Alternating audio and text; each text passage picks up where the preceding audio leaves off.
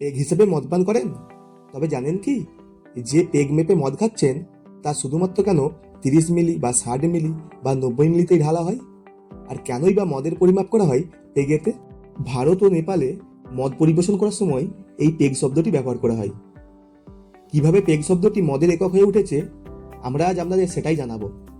নমস্কার বন্ধুরা, আমি প্রদীপ, আর ইনফরমেশন ফর ইউ চ্যানেলের পক্ষ থেকে জানাই সবাইকে স্বাগতম। আর এই রকম নতুন নতুন ইন্টারেস্টিং ভিডিও পেতে আমাদের চ্যানেলটিকে সাবস্ক্রাইব করুন।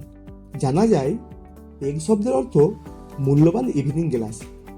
পেগের আক্ষরিক অনুবাদটি যুক্তরাজ্যের খনি শ্রমিকদের একটি পুরনো গল্পের সঙ্গে সম্পর্কযুক্ত।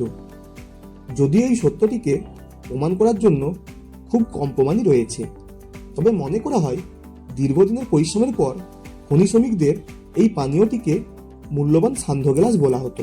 প্রবল শীতের হাত থেকে রক্ষা পেতে খনি শ্রমিকদের একটি ছোট ব্র্যান্ডির বোতল দেওয়া হয়েছিল। সেখান থেকে গ্লাসে ঢেলে তারা পানীয় নিতেন। সেই গ্লাস তাদের কাছে ছিল খুবই মূল্যবান। পরবর্তী সময়ে যা প্যাগ হিসাবে পরিচিত হয়। স্মল বা ছোট পেগের অর্থ 30 মিলি মদ, আর লার্জ বা বড় পেগের অর্থ 60 মিলি। এর বাইরে রয়েছে পাতিয়ালা প্যাগ, যেটি 90 মিলির।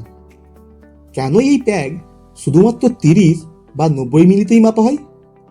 কেন 10 বা 20 বা 50 মিলিতে মাপা হয় না? কখনো ভেবে দেখেছেন? দুরকম পেগ মেপে দেওয়ার কারণ রয়েছে, একটি স্মল ও লার্জ। আসলে মদ্যপানের পরেই আমাদের শরীর অ্যালকোহলকে বিষাক্ত পদার্থ বলে চিহ্নিত করে, সেটিকে বাইরে ফেলতে চাই। তখন আমাদের শরীরের বিভিন্ন অ্যালকোহলিক ভেঙে অন্য রাসায়নিক উপাদান তৈরি করে। 30 মিলি মদ ধীরে ধীরে পান করলে তা আমাদের শরীর দ্রুত হজম করতে পারে। আরও একটি কারণ রয়েছে এই 30 থেকে 60 ml মাপের জন্য। বেশিরভাগ মদের বোতল হয় 750 ml এর, ফলে 30 থেকে 60 প্যাক হলে মদের হিসাব রাখতে সুবিধা হয়। তবে একটা কথা জানিয়ে দিই, এই মতামত আমাদের চ্যানেল ইনফরমেশন ফর ইউ চ্যানেলের নিজস্ব মতামত নয়। প্রচলিত ধারণার ভিত্তিতেই এই ভিডিওটি। সঠিক ফল পেতে বিশেষজ্ঞদের পরামর্শ নিন। আর এই ভিডিওটি ভালো লাগলে আমাদের চ্যানেলটিকে সাবস্ক্রাইব করুন। ভালো থাকবেন সবাই, দেখা হচ্ছে পরের ভিডিওতে।